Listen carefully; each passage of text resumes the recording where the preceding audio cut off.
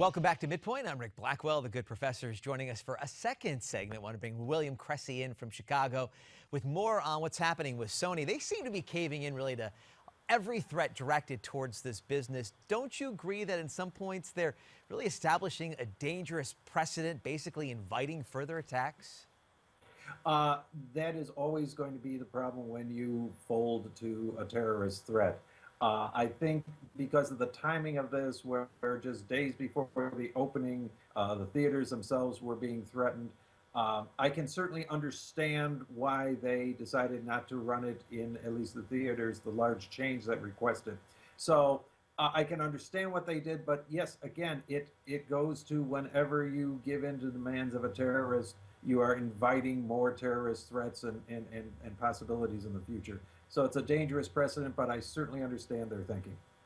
You know, as we're learning from the investigation, the North Korean system, their internet system is kind of antiquated, but at some point you would think that Sony could just hire some security professionals to protect them from the hacks and really get to the bottom of this. What's preventing Sony from really coming out and finding out what happened?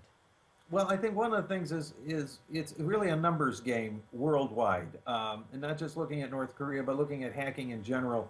We have tens of thousands of some of the best engineers and scientists working at this at all of our major banks, credit card companies, corporations, governments. However, on the other side, around the world, we have hundreds of thousands of people who have trained, who are good at coding, who have nothing better to do than for, fun and profits to try and hack into systems around the world. And now governments have learned how to work into this as well. I'm saying that, like, with the year to come, with the faltering Russian economy due to oil, primarily due to the fracking going on in the United States, where we're producing so much oil, the Russian educational system that emphasized STEM, science, technology, engineering, and math, they are going to have a lot of folks unemployed and underemployed with nothing better to do than to hack into the Western information technology systems. So in a sense, you could say that American fracking may lead to Russian hacking. It's a problem that I think we're going to really face in the coming year.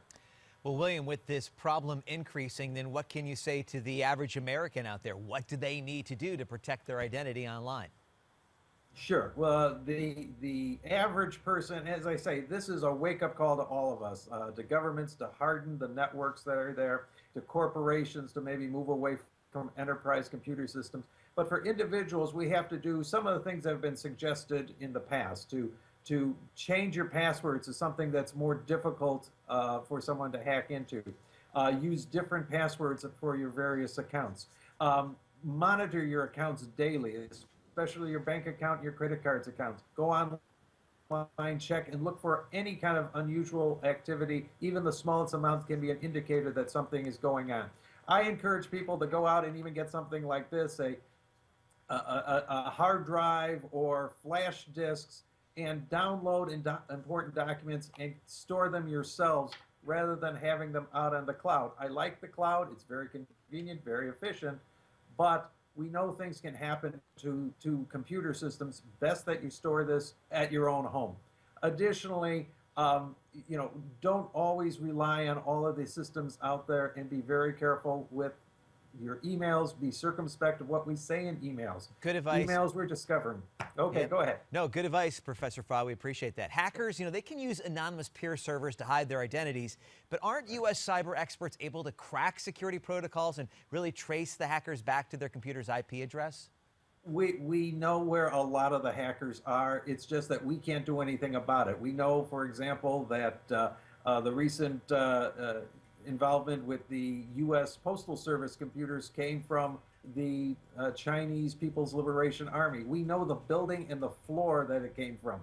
We know that there are towns in Eastern Europe, in Romania and other countries, where the hackers are the big men on campus, if you will, and they're protected by their local police forces. All right, Professor Fry, you're there to help people, and we appreciate your information right here on MidPoint.